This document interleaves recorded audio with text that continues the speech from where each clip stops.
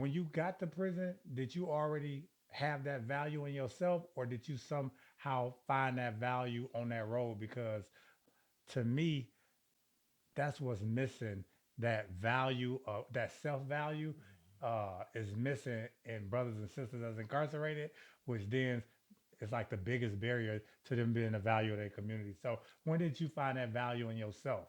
Yeah, it definitely emerged in the inside, but it was the rebirth of what was already really in me as a child.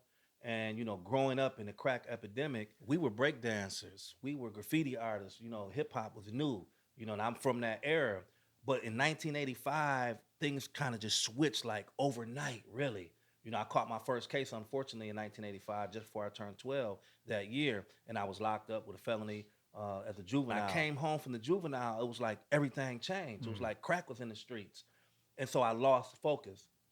All the gifts and talents, the intelligence, the education I had inside me lied dormant. So I was involved in the dope game, you know what I'm Hmm. saying? Been shot up, et cetera, et cetera. So when I went to prison, and I went to prison for a crime I didn't commit. And that's really what allowed me to open my insight up, because had I went to prison with something I did, I would have just been in survival mode. Yeah. But because I went to prison with something I didn't do, I was like, no, I'm not supposed to be here. This ain't supposed to be my life. Why am I here? How did I get here? And it was those questions that really opened up, the spirit, opened up the soul, opened up Mm. my mind, and the change began.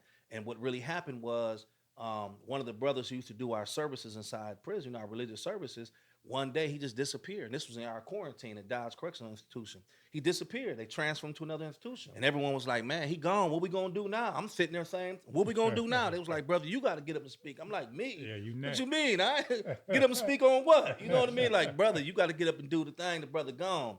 And so that was the first opportunity for leadership recognition. Okay. You said people saw a value in me that I didn't really understand and see in myself.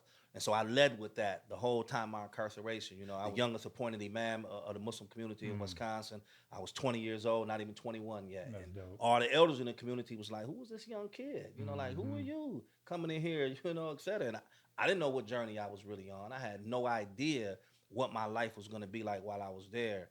And I just knew that I wanted to focus on me and develop me, and come to grips with who I was and what happened to me in the world. You know what I mean? Because I seen it was I looked in and it was just us. So what's next for me? And so that's how it began.